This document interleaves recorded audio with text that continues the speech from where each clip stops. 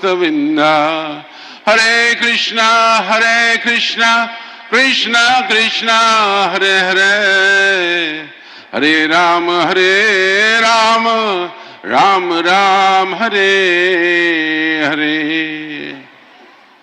My pranams to my dear Prime Minister Narendra Damodar Modi ji, our dearmost Governor of the Maharashtra, Radhakrishnan ji, our dearmost Chief Minister Fadnavis ji and Eknath Shinde ji, and our dearmost devotee and a Sansad of Mathura who is on the manch, my namans to all of you for consenting to be with us. मेरे हृदय की जो सीमा है बहुत कम है, मगर आपने मेरे हृदय की प्रसन्नता की सीमा को आज बहुत ही आगार बना दिया है और विस्तृत कर दिया।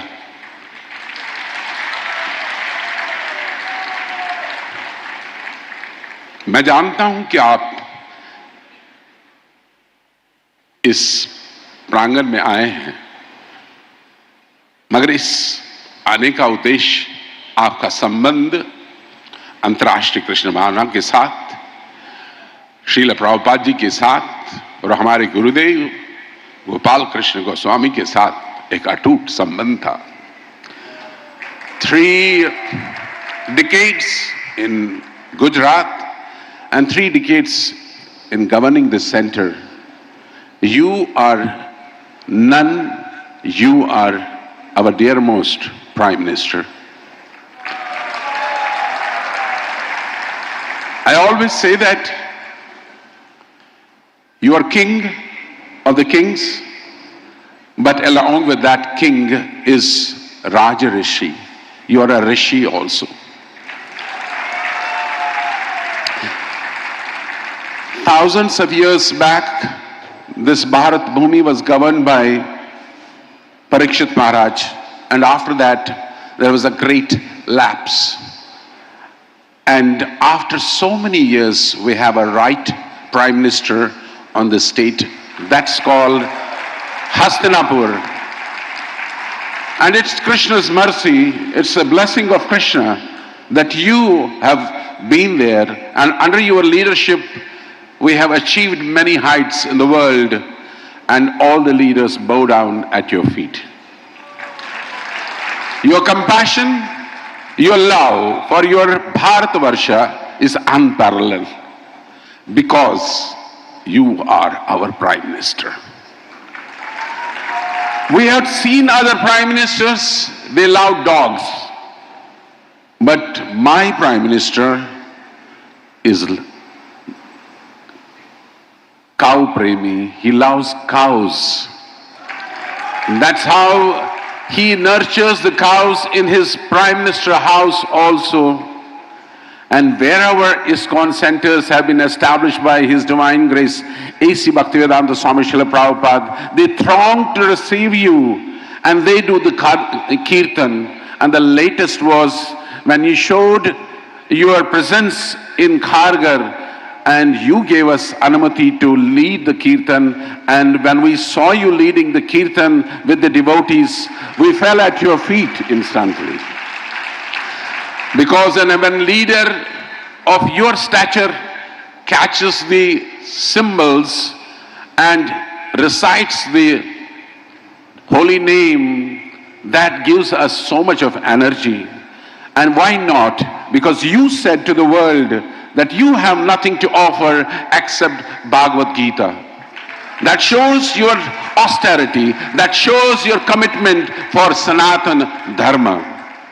We are not opposed to any dharma, but Sanatana Dharma is the epitome of all the religions. We bow down to you, Prime Minister. You have love for Gopal Krishna Goswami Maharaj, and he was the visionary of this wonderful project, and I assisted him in completing and assisting him this project. This is called Glory of Maharashtra, a Vedic educational and cultural center where we have Vedic College, we have Ayurvedic Center, which our dear Prime Minister promulgated, Ayush Bharat. And we, my dear Prime Minister, we have launched this scheme from this Glory of Maharashtra project, and so many wonderful cultural centers, art galleries, glorification of the saints of India, and so many other things are in this project. I bow down to you for your humility to the nation. I bow down to your persona because you are a pratik of Sanatan Dharma. On this day, I will not forget all the Varish devotees who are sitting in this arena, who have every praise for you. And I will not forget about those donors who have acted in this place as a steering committee member. Our dear Sansad Hima ji is also steering committee of this project. Ashok Hinduja ji from Ashok Foundation, Hinduja Foundation, Shashikiran Bhai Shetty from Alcargo, Vasu Shroff from Dubai, Anil Gupta ji, Dilip Lakhi ji, and the list goes on. Anand Rathi ji, they're all sitting and adoring you from down. And I only have to beg my donors, please bear with us, because you are part of this glorification. You are not separate from me, and I'm not separate from you. It's because of your contributions we could offer to our dear Prime Minister Glory of Maharashtra. It's your hard-earned money which you offer to Prabhupada. You have faith in ISKCON. You have faith in all the devotees of ISKCON all over the world. And that's why these corporate world people are always offering their services to Srila Prabhupada. My intense desire is, when you will give us a sanction to make a wonderful temple in Srinagar, where we can see that we have a wonderful project there.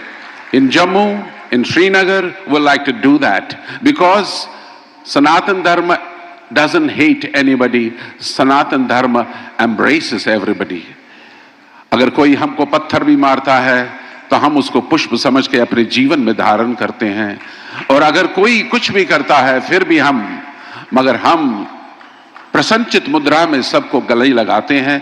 ये भारत का एक ऐसा देश है, और इसी देश के असली जो रूपांतर हमारे प्रधानमंत्री के नीचे हो रहा है, मैं उनकी शत शत नमन करते हुए आप सबसे निवेदन करता हूं कि एक उद्घोष उनकी प्रसन्नता के लिए करें। हरे कृष्णा कृष्णा कृष्णा हरे हरे, हरे राम राम राम हरे हरे। आपके समक्ष आपके अनुज देवेंद्र फडणवीस, एकनाथ जी शिंदे, हमारे प्रिय गवर्नर, उनको भी मेरा नमन, क्योंकि जहां पर मैं खड़ा रहता हूं उनका साथ हर पल रहता है, हर पल रहता है। ऐसा समय कभी महाराष्ट्र में नहीं आया है। मैं 48 इयर्स में इस महाराष्ट्र की भूमि में अपने भिक्षा याटन करते हुए प्रचार कर रहा हूं, मगर ऐसा समय मैंने कभी देखा नहीं है। यस और नो? हरे कृष्णा कृष्णा कृष्णा हरे हरे, हरे राम राम राम। मैं अपनी वाणी को यही विराम देता हूं। समय की संकुचितता के होने के कारण मेरा आधा घंटे के बाद मेरा गला गर्म हो जाता है, मगर अपने गले को विराम देते हुए मैं यहीं पे अपने आप को स्टॉप कर देता हूं और नमन करता हूं। आशा करता हूं कि आप बारंबार अंतर्राष्ट्रीय कृष्ण भावना संघ के भक्तों का जो हृदय लिबाते हैं वो तत्पर रहते हैं आपकी सेवा के लिए। हरे कृष्ण।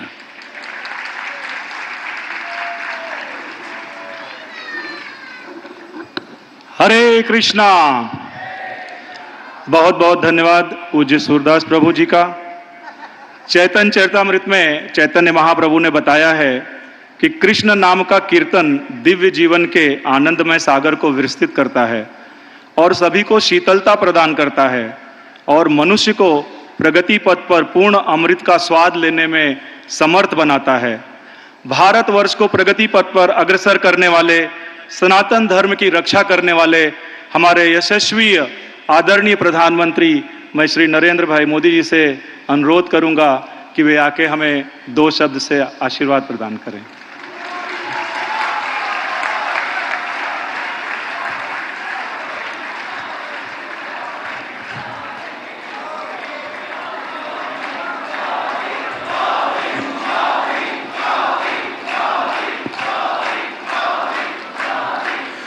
हरे कृष्णा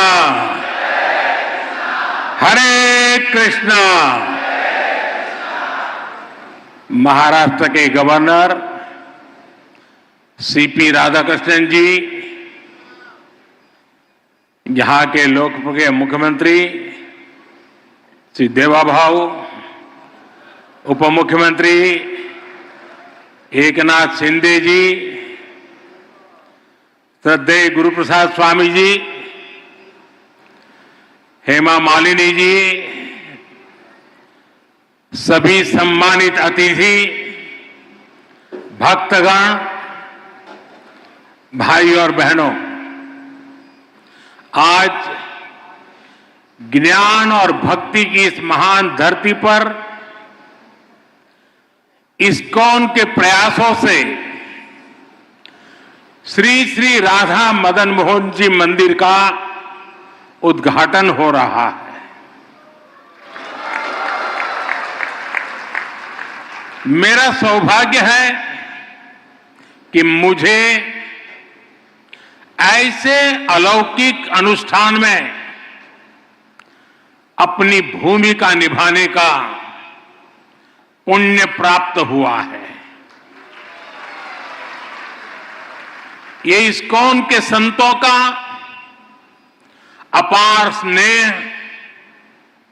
और अपनापन है। श्रील प्रभुपाद स्वामी का आशीर्वाद है। मैं सभी पूज्य संतों का आभार करता हूं, उनके चरणों में प्रणाम करता हूं। मैं अभी देख रहा था श्री राधा मदन मोहन जी मंदिर परिषद की जो रूपरेखा है, इस मंदिर के पीछे जो विचार है,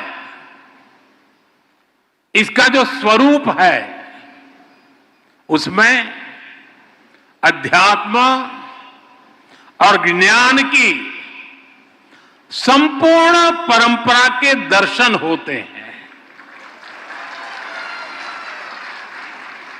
मंदिर में ईश्वर के विविध स्वरूपों के दर्शन होते हैं, जो एको अहम बहुश्याम, ये हमारे विचार को भी अभिव्यक्त करते हैं। नई पीढ़ी की रुचि और आकर्षण के अनुरूप यहां रामायण, महाभारत, उसको समेटे हुए उस पर आधारित म्यूजियम भी बनाया जा रहा है। यहां वृंदावन के 12 जंगलों पर आधारित एक उद्यान भी विकसित किया गया है।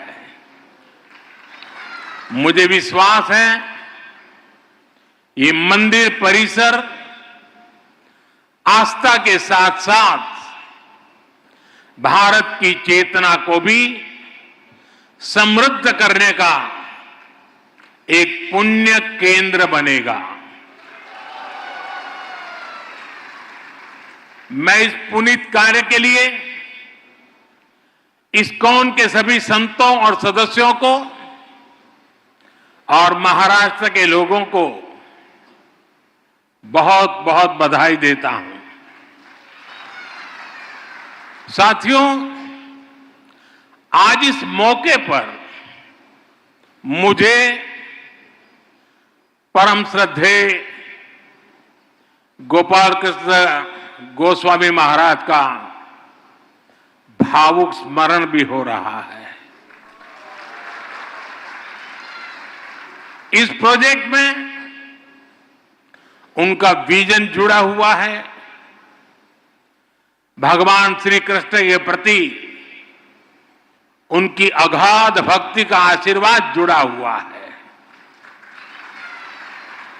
आज वो भौतिक शरीर से भले ही यहां न हो, लेकिन उनकी आध्यात्मिक उपस्थिति हम सब महसूस कर रहे हैं। मेरे जीवन में तो उनके स्नेह का, उनकी स्मृतियां का एक अलग ही स्थान है। उन्होंने जब विश्व की सबसे बड़ी गीता का लोकार्पण करवाया तो उसके लिए मुझे आमंत्रित किया और मुझे भी वो पुण्य प्रसाद मिला। श्रील प्रभुपाद जी की 125वीं जन्म जयंती के अवसर पर भी मुझे उनका सानिध्य प्राप्त हुआ था। मुझे संतोष है कि आज मैं उनके एक और सपने को पूरा होते देख रहा हूं, उसका साक्षी बन रहा हूं। साथियों, दुनिया भर में फैले इस्कॉन के अनुयायी भगवान श्री कृष्ण की भक्ति के डोर से बंधे हैं। उन सबको एक दूसरे से कनेक्ट रखने वाला एक और सूत्र है जो 24 घंटे हर भक्त को दिशा दिखाता रहता है। ये श्रील प्रभुपाद स्वामी के विचारों का सूत्र। उन्होंने उस समय वेद, वेदांत और गीता के महत्व को आगे बढ़ाया जब देश गुलामी की बेड़ियों में जकड़ा था। उन्होंने भक्ति वेदांत को जन सामान्य की चेतना से जोड़ने का अनुष्ठान किया। 70 वर्ष की आयु में जब लोग अपने कर्तव्यों को पूरा मान चुके होते हैं, उस समय उन्होंने इस्कॉन जैसा मिशन शुरू किया। इसके बाद उन्होंने लगातार दुनिया भर का भ्रमण किया, श्री कृष्ण के संदेश को दुनिया के कोने कोने में ले गए। आज दुनिया के हर कोने में करोड़ों लोगों को उनकी तपस्या का प्रसाद मिल रहा है। श्रील प्रभुपाद स्वामी की सक्रियता, उनके प्रयास आज भी हमें प्रेरित करते हैं। साथियों, हमारा भारत एक असाधारण और अद्भुत भूमि है। भारत केवल भौगोलिक सीमाओं में बंधा भूमि का एक टुकड़ा मात्र नहीं है। भारत एक जीवंत धरती है, एक जीवन संस्कृति है, जीवन परंपरा है और इस संस्कृति की चेतना है यहां का अध्यात्म। इसलिए यदि भारत को समझना है तो हमें पहले आध्यात्म को आत्मसात करना होता है। जो लोग दुनिया को केवल भौतिक दृष्टि से देखते हैं, उन्हें भारत भी अलग अलग भाषा और प्रांतों का समूह नजर आता है। लेकिन जब आप इस सांस्कृतिक चेतना से अपनी आत्मा को जोड़ते हैं, तब आपको भारत के विराट रूप के दर्शन होते हैं। तब आप देख पाते हैं सुदूर पूरब में बंगाल की धरती पर चैतन्य महाप्रभु जैसे संत अवतरित होते हैं। पश्चिम में महाराष्ट्र में संत नामदेव, तुकाराम और ज्ञानदेव जैसे संतों का अवतरण होता है। चैतन्य महाप्रभु ने महावाक्य मंत्र जन जन तक पहुंचाया। महाराष्ट्र के संतों ने राम कृष्ण हरि के मंत्र से आध्यात्मिक अमृत बांटा। संत ज्ञानेश्वर ने ज्ञानेश्वरी गीता के जरिए भगवान कृष्ण के गुण ज्ञान को जनसुलभ बनाया। इसी तरह श्रील प्रभुपाद जी ने इस्कॉन के माध्यम से गीता को लोकप्रिय बनाया।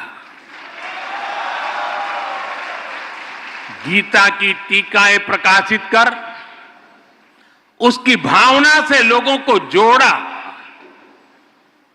अलग अलग स्थानों पर जन्मे ये सभी संत अपने अपने तरीके से कृष्ण भक्ति की धारा को गति देते रहे हैं। इन संतों के जन्म काल में वर्षों का अंतर है। अलग अलग भाषा, अलग अलग पद्धति है, लेकिन बोध एक है, विचार एक है, चेतना एक है। सभी ने भक्ति के प्रकाश से समाज में नए प्राण फूके, उसे नई दिशा दी, अविरत ऊर्जा दी। साथियों, आप सभी परिचित है, हमारी आध्यात्मिक संस्कृति की नींव का प्रमुख आधार सेवा भाव है। आध्यात्मिकता में जनार्दन सेवा और जन सेवा एक हो जाते हैं। हमारी आध्यात्मिक संस्कृति साधकों को समाज से जोड़ती है, उनमें करुणा की भावना पैदा करती है।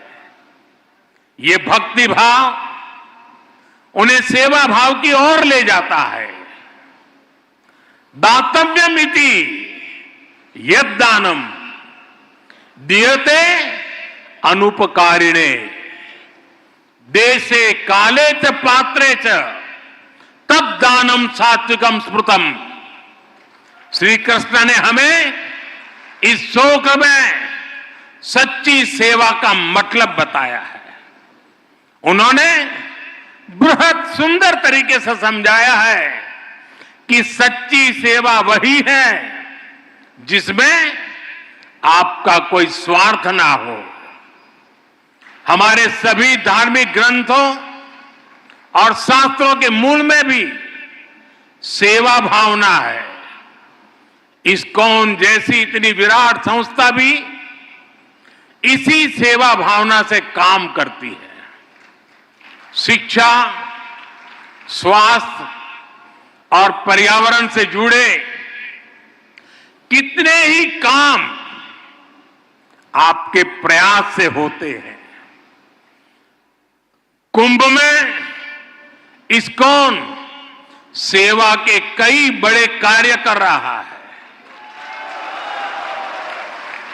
साथियों, मुझे संतोष है कि हमारी सरकार भी इसी सेवा भावना के साथ पूरे समर्पण से लगातार देशवासियों के हित में काम कर रही है। हर घर में शौचालय बनवाना, हर गरीब महिला को उज्ज्वला का गैस कनेक्शन देना, हर घर तक नल से जल की सुविधा पहुंचाना, हर गरीब को 5 लाख रुपए तक मुफ्त इलाज की सुविधा देना, 70 वर्ष की आयु से ऊपर के हर बुजुर्ग को इस सुविधा के दायरे में लाना, हर बेघर को पक्के घर देना, ये इसी सेवा भावना के साथ, इसी समर्पण भाव के साथ किए गए कार्य हैं जो मेरे लिए हमारी महान सांस्कृतिक परंपरा का प्रसाद है। सेवा की यही भावना सच्चा सामाजिक न्याय लाती है, सच्चे सेक्युलरिज्म का प्रतीक है। साथियों, हमारी सरकार कृष्ण सर्किट के माध्यम से देश के अलग अलग तीर्थों, धार्मिक स्थानों को जोड़ रही है। इस सर्किट का विस्तार गुजरात, राजस्थान, हरियाणा, उत्तर प्रदेश और उड़ीसा तक है। स्वदेश दर्शन और प्रसाद योजना के द्वारा इन स्थानों को विकसित किया जा रहा है। इन मंदिरों में भगवान श्री कृष्ण के अलग अलग रूपों के दर्शन होते हैं। कहीं वो बाल रूप में दिखते हैं तो कहीं उनके साथ राधा रानी की भी पूजा होती है। किसी मंदिर में उनका कर्मयोगी स्वरूप दिखाई देता है तो कहीं राजा के रूप में उनकी पूजा की जाती है। हमारा प्रयास है कि भगवान श्री कृष्ण के जीवन से जुड़े अलग अलग स्थलों तक पहुंचना और मंदिरों के दर्शन करना आसान हो। इसके लिए विशेष ट्रेनें भी चलाई जा रही है। इस्कॉन भी कृष्ण सर्किट से जुड़े आस्था के इन केंद्रों पर श्रद्धालुओं को लाने में जरूर सहयोग कर सकता है। मेरा आपसे आग्रह है कि आप अपने सेंटर से जुड़ने वाले सभी भक्तों को भारत में कम से कम 5 ऐसे स्थानों पर जरूर भेजें। साथियों, पिछले 1 दशक में देश में विकास और विरासत को एक साथ गति मिली है। विरासत से विकास के इस मिशन को इस्कॉन जैसी संस्थाओं का महत्वपूर्ण सहयोग मिल रहा है। हमारे मंदिर या धार्मिक स्थल तो सदियों से सामाजिक चेतना के केंद्र रहे हैं। हमारे गुरुकुलों का शिक्षा और कौशल विकास को बढ़ावा देने में अहम योगदान रहा है। इस्कॉन भी अपने कार्यक्रमों के जरिए युवाओं को प्रेरित करता है कि वो अध्यात्म को अपने जीवन का हिस्सा बनाए और अपनी परंपरा पर चलते हुए इस्कॉन के युवा साधक कैसे आधुनिक टेक्नोलॉजी को आत्मसात करते हैं, ये देखना और अद्भुत होता है। और आपका इंफॉर्मेशन नेटवर्क तो दूसरों के लिए सीखने योग्य है। मुझे विश्वास है इस्कॉन के सानिध्य में युवा सेवा और समर्पण की भावना से राष्ट्र हित में काम करेंगे। इस परिसर में भक्ति वेदांत आयुर्वेदिक हीलिंग सेंटर की सुविधा भी लोगों को मिलेगी। और मेरा तो मत है, दुनिया के लिए मैंने हमेशा संदेश दिया है, heal in India.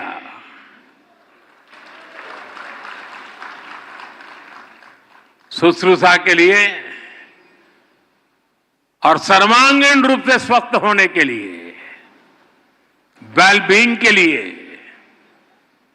Heal in India, यहां भक्ति वेदांत कॉलेज फॉर वैदिक एजुकेशन की स्थापना भी की गई है। इनका लाभ हर समाज को होगा, पूरे देश को होगा। साथियों, हम सब देख रहे हैं कि वर्तमान समाज जितना आधुनिक हो रहा है, उतनी ही उसे संवेदनशीलता की भी जरूरत है।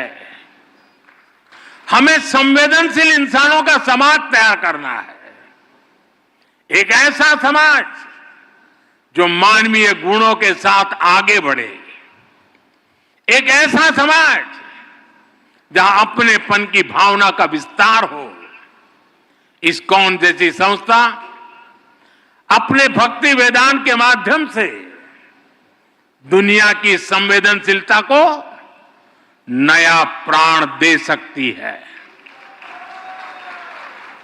आपकी संस्था अपनी क्षमताओं का उपयोग कर पूरी दुनिया में मानवीय मूल्यों का विस्तार कर सकती है।